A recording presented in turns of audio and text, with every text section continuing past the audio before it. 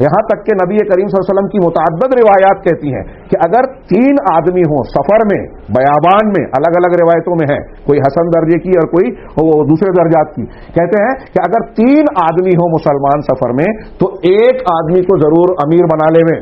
ہاں، علامہ ابن تیمیہ رحمہ اللہ فرماتے ہیں اس کی تشریح میں کہ دیکھیے کہ سفر جو ایک عارضی چیز ہے، وقتی چیز ہے، اس میں بھی مسلمانوں کو نظام سے جوڑا گیا ہے۔ اس سے یہ پتہ چلتا ہے کہ مسلمانوں کے لیے انفرادی زندگی کا تصور نہیں ہے، بلکہ اجتماعیت، ایک دوسرے کے ساتھ ایک نظام کے تحت بندھا ہونا اور آپس میں ایک دوسرے کا بھائی بھائی بن کر رہنا لازم اور فرض ہے۔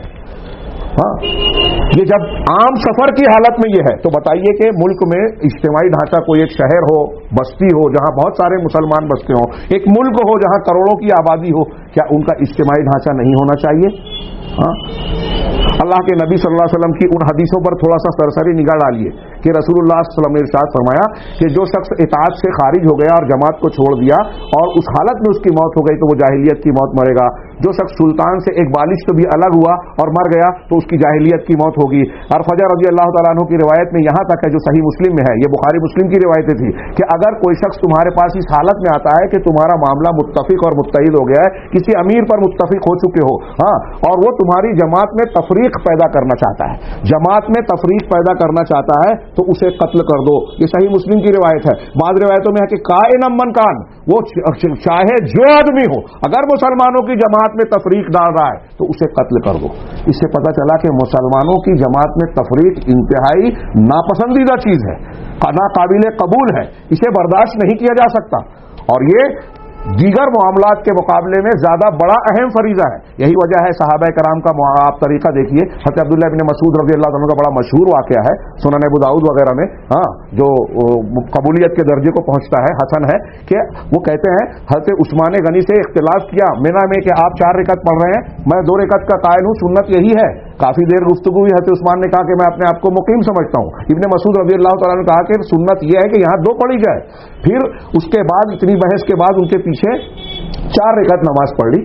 لوگوں نے نماز کے بعد کہا کہ آپ تو بڑی تاکید سے کہتے تھے کہ 2 ہی پڑھنا چاہیے۔ تو حضرت ابن مسعود نے کہا کہ میں اب بھی کہہ رہا ہوں، لیکن پھر آپ نے نماز کیوں پڑھی عثمان غنی کے پیچھے؟ کہا الخلاف شرٌ، اختلاف شر ہے، برائی ہے۔ غور کیجئے، حضرت عبداللہ ابن مسعود رضی اللہ تعالیٰ عنہ جو فقہ اور دین کی جو سمجھ اپنے اس واقعے کے ذریعے سے دے رہے ہیں، آج عوام تو عوام، ہمارے یہاں مسلمانوں میں خواص اور علماء بھی اسے جاننے سمجھنے کے لیے تیار نہیں ہے۔ دین کی بہت ساری باتوں میں لوگ قابلیت کا، جانکاری کا مظاہرہ کرتے ہیں، لیکن آپ اگر اجتماعیت سے متعلق اسلامی تعلیمات کو دیکھیں کہ فرد کے مفادات کے مقابلے میں، انا کے مقابلے میں اجتماعی اور ملی مفادات کو ترجیح دی جائے، جماعت کو نقصان پہنچانے سے بچایا جائے، چاہے اپنا ذاتی نقصان ہو، یہ جو تعلیمات اسلام نے دی ہے، اچھے بڑے بڑے اہل علم اور خواص اس سے محروم نظر آتے ہیں۔ لوگوں نے بہت جانکاریاں حاصل کی ہیں، لیکن ایسا لگتا ہے کہ اسلام نے اجتماعیت کی جو تعلیم دی ہے اس کی تعلیم دینا بہت سارے مسلمانوں کے لیے اب بھی باقی ہے۔ تربیتی مراکز، وہ چاہے ادارے ہوں، مدارس ہوں، مساجد ہوں، جمعہ کے خطبے ہوں، یا گھر اور گھر کے اندر کی تعلیمات ہوں، بہت ساری تعلیمات اور دنیا کے میں کامیابی کے گر ہم سیکھتے ہیں، لیکن اجتماعیت کو فراموش کر رہے ہیں۔ مسلمانوں کو جتنی زیادہ اجتماعیت کی تعلیم دی گئی ہے کسی مذہب میں نہیں ہے، لیکن مسلمانوں میں جتنا اختلاف ہمیں نظر آتا ہے آج کہیں نظر نہیں آتا۔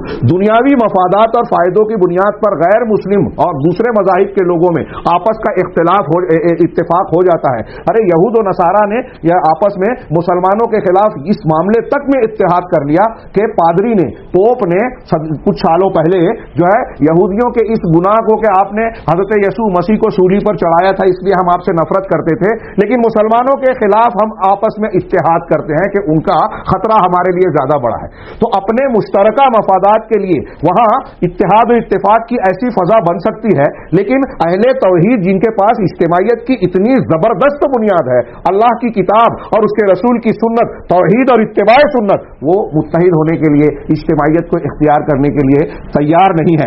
اگر مسلمانوں کا مقابلہ دوسری جماعتوں سے ہو، خارجی خطرات ہو، تو اس کی وجہ سے مسلمانوں کو نقصان پہنچتا ہے اور پہنچ رہا ہے۔ خارجی حملے اس وقت زیادہ کارگر اور مؤثر ہوتے ہیں جب داخلی طور سے مسلمان منتصر ہوں۔ لہذا زیادہ اہم بات یہ ہے کہ داخلی سطح پر اتحاد و اتفاق کی فضا قائم ہو. اب بہت سارے مسالک ہیں ہمارے یہاں، کہتے ہیں کہ اس میں اتحاد نہیں ہو سکتا. چلیے ٹھیک ہے، ایک ہی مسلک کے ماننے والے لوگ، ایک ہی منہج کے ماننے والے لوگ، کیا ان کے صفوں میں ہمیں اتحاد نظر آتا ہے؟ ایک مسجد میں رہنے والے لوگ، ایک جماعت سے متعلق لوگ جو ایک ہی منہج کے ماننے والے ہیں، ان کے اندر وہ چیزیں نظر آتی ہیں جو اسلام کی تعلیمات کا نتیجہ تعلیمات کا حاصل ہے، اور اس میں کسی کو کوئی اختلاف نہیں ہو سکتا. ہاں، آگے ہم بڑھتے ہیں کہ اللہ کے رسول صلی اللہ علیہ وسلم نے کتنی شدت برتی ہے کہ اگر کوئی امیر وقت تمہارے خلاف اپنی ذات کو جو ہے ترجیح دیتا ہو، ہاں، یا اتحاد ہو چکا ہو، کوئی مخالفت کرنے والا آ رہا ہے تو اس کو قتل کر دو.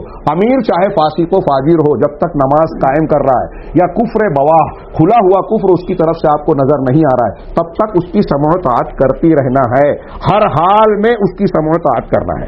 ہاں، اللہ کے نبی صلی اللہ علیہ وسلم نے یہ بھی فرمایا کہ میں تم کو اللہ کے تقوی کا، سمع و طاعت کا حکم دیتا ہوں، چاہے تم پر حبشی غلام ہی کیوں نہ ہو. اور پھر آپ نے یہ بھی فرمایا کہ تم میں سے جو شخص زندہ رہے گا تو وہ بہت سارے اختلافات کو دیکھے گا، بہت سارے اختلافات کو دیکھے گا. ہاں، آپ نے یہ بتایا کہ اختلاف ہوگا، تو کیا اختلاف کا حل نہیں بتایا؟ جی بتایا. اب ہمارے یہاں لوگ اپنے اپنے منہج، اپنی اپنی فکر پر قائم رہ کے نبی صلی اللہ علیہ وسلم کے بتائے نسخے کو قبول کرنے کے لیے تیار نہیں ہے. اللہ کے نبی صلی اللہ علیہ وسلم نے کیا نسخہ بتایا اس سلسلے میں کہ اختلاف ہوگا تو کیا کرنا؟ فعلیکم بسنتی، تم پر میری سنت لازم ہے، میری سنت لازم ہے، اور میرے بعد میرے خلفائے راشدین کی سنت. مضبوطی سے دانتوں سے پکڑ لو اور نئی نئی چیزوں سے، بدعات سے بچو. اس کا مطلب بدعات اختلاف پیدا کریں گی. نبی صلی اللہ علیہ وسلم کی سنت کو پکڑنا یہ اختلافات کے طوفان میں، ہنگامے میں، عذاب میں سفینہ نجات ہے، نجات کی کشتی ہے، کشتی نوح ہے. یہ یہاں یہ حدیث ملحوظ رہے کہ اللہ کے نبی صلی اللہ علیہ وسلم فرما رہے ہیں کہ میری سنت کو لازم پکڑنا. حضرت حذیفہ کی جو بخاری کی لمبی حدیث ہے جس کو پیش کرنے کا موقع نہیں ہے، شر کے بارے، خیر کے بارے میں پوچھا، شر کے بارے میں پوچھا، اور کہا کہ فتنے آئیں گے تو کیسے آئیں گے. اللہ کے رسول نے بتایا کہ کچھ قوم ایسی ہوگی جو ہمارے ہی بیچ کے لوگ ہوں گے، ہماری زبان میں گفتگو کریں گے لیکن جہنم کی طرف بلانے والے ہوں گے. ایسے فتنے کے وقت حضرت حذیفہ نے پوچھا کہ ہمیں کیا کرنا چاہیے اگر اس طرح کا حال ہو. تو آپ نے فرمایا کہ تلزموا جماعت المسلمین و امامہم، مسلمانوں کی جماعت کو اور ان کے امام کو لازم پکڑ لو. اللہ کے رسول حضرت حذیفہ نے پوچھا کہ اگر امام نہ ہو تب کیا کریں؟ تو کہا جنگل بیابان میں چلے جاؤ، ہاں، چاہے تم کو جو ہے درختوں کے پتوں کو چوس کر اور چبا کر جینا پڑے، بکریاں لے کر چلے جاؤ، بعض روایتوں میں ہے. اس کا مطلب یہ کہ اگر آپ کو سماج میں رہنا ہے تو جماعت سے جڑ کر رہنا ہے. کون سی جماعت؟ جماعت حقہ، قرآن و حدیث کو ماننے والی. جس ملک میں آپ رہتے ہیں وہاں آپ تلاش کریں کہ صحیح منہج اور عقیدے والے لوگ کون ہیں، ان سے جڑیں. یہ دین کا فریضہ ہے، دین اور دنیا میں کامیابی کا بنیادی نسخہ ہے. اللہ کے نبی صلی اللہ علیہ وسلم نے اور قرآن و حدیث نے اتنی زبردست تعلیمات دی ہیں. ہاں، میں ان کے خلاصے اور حاصل کے طور پر کچھ باتیں صرف نکات کی شکل میں بیان کر رہا ہوں کہ اگر ان تعلیمات اور نصوص کو ہم جمع کریں تو ہمیں نظر آئے گا کہ مسلمانوں کے آپسی معاملات میں، جماعتی، اجتماعی، دینی تمام امور میں، عبادات ہوں، لین دین ہو، کوئی بھی ہو، یہاں تک کہ ایک روایت پر آپ نگاہ ڈالیں کہ اللہ کے نبی صلی اللہ علیہ وسلم، وحشی ابن حرب رضی اللہ تعالیٰ عنہ سے روایت ہے، انہوں نے کہا کہ اللہ کے رسول، ہم کھانا کھاتے ہیں لیکن آسودہ نہیں ہوتے. انا ناکل ولا نشبع، ہم کھانا تو کھاتے ہیں لیکن آسودہ نہیں ہوتے. یہ سنن ابن ماجہ اور ابو داؤد وغیرہ کی روایت ہے جس کو شیخ البانی نے صحیحہ میں ذکر کیا ہے. ہم کھاتے ہیں لیکن آسودہ نہیں ہوتے.